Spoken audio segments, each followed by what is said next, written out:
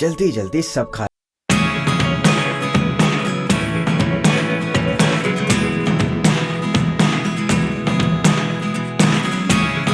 Never really know what's going on.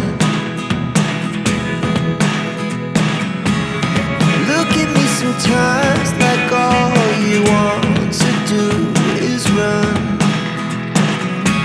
Hear me out, hear me out. It's all the things you never show. There are the things I want to know. Secrets start in your heart so slow. But if you don't wanna tell me now, I guess I'll never know. Losing almost all my energy. It's getting hard to talk to you, and I'm the only one who speaks. It's all the things you never show. There are the things I want to know. Secrets start in your heart so slow. But if you don't wanna tell me now, I guess I'll never know. Here we go. में report दर्ज करवाते हैं कि किस तरह रात को यह बच्ची हमारे बंगले के सामने आ गई और बेहोश पड़ी थी। प्रकाश तथा अनीता ने पुलिस स्टेशन में अपना बयान दर्ज करवा दिया। यदि इस बच्चे को खोजता हुआ कोई भी आए तो हम बच्ची को लेकर पुलिस स्टेशन आ जाएंगे। तब तक हम अपनी जिम्मेदारी पर बच्ची को अपने ही घर पर रखेंगे तथा बच्ची का अच्छे से ख्याल रखेंगे। फिर रिपोर्ट लिखवाकर वो दोनों गौरी को अपने साथ घर ले आए। उधर जब सुबह श्यामा की नींद खुलती है तब गौरी को पास ना पाकर वो रोने लगती है। हर ओर आवाज लगाती है, गौरी गौरी गौरी, और पागलों की तरह गौरी को तलाश करती है। वो सड़क पर आते आते हर मुसाफिर से पूछती है, नीली फ्रॉक में एक छोटी सी बच्ची को तो नहीं देखा आपने? परंतु किसी ने भी गौरी को नहीं देखा। गाड़ी में बैठकर अनीता व प्रकाश मेहरा जैसे ही निकल रहे थे तभी गौरी वहां से गुजरती है। श्यामा को गौरी की एक झलक से दिखती है। वो गौरी गौरी चिल्लाती है परंतु गाड़ी निकल जाती है। श्यामा मन में सोचती है, ये तो कोई और है। मेरी गौरी इतनी बड़ी गाड़ी में नहीं नहीं नहीं, ये नहीं है। सुबह से शाम हो जाती है, गौरी का कोई अता पता नहीं। श्यामा 2 दिनों से भूखी है। रात होने लगती है, उसे चक्कर भी आने लगते हैं और श्यामा बेहोश होकर झाड़ियों में गिर जाती है। कुछ समय बाद एक आदमी वहां से गुजर रहा था। उसकी नजर जब झाड़ियों पर पड़ी तो वहां 5-6 साल की एक मासूम बच्ची को बेहोश देखा। वो श्यामा के पास जाकर मुआयना करता है कि बच्ची जीवित है या मर गई है। सांस चल रही है, अच्छी रकम मिल जाएगी। आजकल ऐसे भी कड़की चल रही है। बटुक लाल अच्छा आदमी नहीं है। वो मासूम बच्चियों को उठाकर बेचता है और अच्छी खासी रकम ऐंठता है। वो श्यामा को उठा लेता है और सीधा देवकी बाई के कोठे पर पहुंचा देता है। देवकी बाई, बहुत अच्छा माल है, पूरे 20,000 लूंगा। देवकी बाई बटुक को 20,000 रुपए देती है और कहती है, दफा हो जाओ यहां से, दलाल कहेंगे। इसको पता नहीं चलना चाहिए कि यहां कैसे पहुंची। श्यामा को सुबह होश आता है। भूख से बेहाल बच्ची गौरी गौरी कहती है, फिर बेहोश हो जाती है। देवकी बाई घबरा जाती है। ये बार बार बेहोश क्यों हो रही है? वो डॉक्टर को बुलाती है। डॉक्टर श्यामा का चेकअप करता है।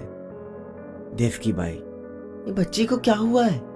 बच्ची कमजोरी के कारण बेहोश होती जा रही है। यदि उसे कुछ भी नहीं खिलाया गया तो यह मर भी सकती है। डॉक्टर ताकत का इंजेक्शन श्यामा को लगा देता है। थोड़े समय में इसे होश आ जाएगा, फिर इस बच्ची को आप लोग कुछ खाने को जरूर दीजिए। थोड़े समय बाद श्यामा को होश आने लगता है। देवकी बाई, अरे जल्दी से दूध का गिलास लाओ। वो लोग उसे दूध पिला देते हैं। श्यामा भी दूध पी जाती है। उसे बहुत कमजोरी लग रही है। वह ठीक ढंग से बैठ भी नहीं पा रही है। श्यामा यहां वहां देखती है, अजीब से माहौल में डर जाती है। आसपास बहुत सारी लड़कियां सजी सवरी हुई। श्यामा डरी हुई। मैं कहाँ हूं? मुझे गौरी के पास जाना है। और वह सिसक सिसक कर रोने लगती है। देवकी बाई प्यार से समझाते हुए, अब तू यहीं रहेगी, यहीं तेरा घर है और ये सब तेरी बहनें हैं। श्यामा नहीं समझ पा रही थी कि वो कहां पर आ गई है और रह रहकर गौरी की याद सताने लगती है। मेरी गौरी कहां किस हाल में होगी? परंतु तकदीर की लकीर कोई मिटा नहीं सकता। एक ही झटके में दोनों बहनों की किस्मत पलट गई। सारा परिवार छिन्न भिन्न हो गया। महल से कोठे पर पहुंच गई श्यामा। दूसरी ओर एक सप्ताह तक बहुत छानबीन के बाद जब कोई गौरी को लेने नहीं आया, तब पुलिस की हिदायत पर प्रकाश व अनिल मेहता, जो बे औलाद हैं, को गौरी की पूरी कस्टडी दे दी गई। पूरे कानूनी तरीके से उन दोनों ने गौरी को गोद ले लिया। अनिता बहुत खुश थी। आज वो मां बन गई है। उन दोनों ने गौरी को एक अच्छे से स्कूल में दाखिला कराया। गौरी बहुत अच्छे से शिक्षा ग्रहण करने लगी। धीरे धीरे उसे श्यामा की याद भी कम आने लगी। प्रकाश व अनिता मेहरा के साथ पूरी तरह घुल मिल गई और उन्हें ही अपने माता व पिता कहने लगी। दूसरी ओर श्यामा भी कोठे पर उस माहौल में खुद को ढालने की कोशिश करने लगी। वो वहां रहकर नृत्य सीखने लगी। एक थाली में घुंघरू लाए गए, कपड़ा हटाया गया। श्यामा के माथे पर गुलाल का टीका लगाकर घुंघरू थामा गया और पैरों में पहना दिए गए। श्यामा को पहले बहुत अजीब सा महसूस हुआ, परंतु देवकी बाई सभी लड़कियों को बहुत प्यार से रखती थी। उन्हें अच्छा खाना, अच्छे कपड़े पहनने को देती थी। सारी लड़कियों को अपनी बेटियों की तरह रखती थी। श्यामा को नृत्य सिखाने के लिए एक योग्य गुरु था। उसके छोटे छोटे पांव जब थिरकते तो ऐसा लगता कि देवलोक की कोई अप्सरा नृत्य कर रही हो। वो अन्य लड़कियों से बेहतर नृत्य करने लगी। देवकी बाई श्यामा के नृत्य से बहुत खुश थी। दोनों बहनें अपनी अपनी दुनिया में अपनी अपनी किस्मत का खेल खेल रही थीं। उधर गौरी के मासूम मन से श्यामा की याद धुंधली पड़ने लगी थी। वो अनिता मेहरा व प्रकाश मेहरा को ही अपने असली माता पिता समझने लगी थी और वो दोनों भी खुश थे। उन्हें संतान सुख जो मिल गया था, परंतु कभी कभी गौरी को स्वप्न में श्यामा तथा अपना घर दिखाई देता था। तब वो नींद में चीख पड़ती थी। सुबह उठकर अनीता को अपने स्वप्न के विषय में बताती थी। अनीता को एक अजीब सा डर लगता था और सताता रहता था कि यदि कभी इसके असली माता पिता आ गए तो वो कहीं गौरी को हमसे अलग ना कर दे। वो गौरी से बहुत प्यार करती थी और यदि ऐसा हो गया तो यह सदमा वह कभी बर्दाश्त नहीं कर पाएगी। और यह सब सोचकर वह घबरा जाती है। प्रकाश मेहरा उसे समझाते हैं कि जब इतने दिनों तक कोई गौरी को लेने नहीं आया तो आगे भी नहीं आएगा, और इस तरह वो अनीता को दिलासा देते हैं। गौरी हर कक्षा में हमेशा प्रथम स्थान प्राप्त करती है। अनीता को उसका परिणाम देखकर बहुत खुशी होती थी। दूसरी ओर श्यामा ने नृत्य में महारत हासिल कर ली थी। वो कोठे पर सबसे अच्छा नृत्य करने लगी। समय समय पर देवकी बाई लड़कियों का आपस में मुकाबला करवाती रहती। हर बार श्यामा अव्वल आती थी। श्यामा जब भी नाचती थी ऐसा लगता था कि उसके हृदय की पीड़ा उसके घुंघरू में समा गई हो और छन छन करके सबको अपनी पीड़ा का एहसास करवा रही हो। श्यामा ने कभी भी गौरी तथा अपने घर को अपने दिल से नहीं निकाला। वो गौरी को एक पल के लिए भी नहीं भुला पाई, परंतु अब वो उस माहौल की आदी सी हो गई थी। श्यामा नहीं जानती थी कि जब वो जवान होगी और बाहर की दुनिया में कदम रखेगी तो बेरहम लोग उसे किस निगाह से देखेंगे। दूसरी ओर प्रभु दयाल अपनी पत्नी तथा अपने 2 बेटों को शहर ले आया और दोनों बेटों का शहर के सबसे अच्छे स्कूल में दाखिला करवा दिया। अब वो इस बात से पूरी तरह बेफिक्र हो गया कि श्यामा और गौरी कभी घर वापस नहीं आएंगी।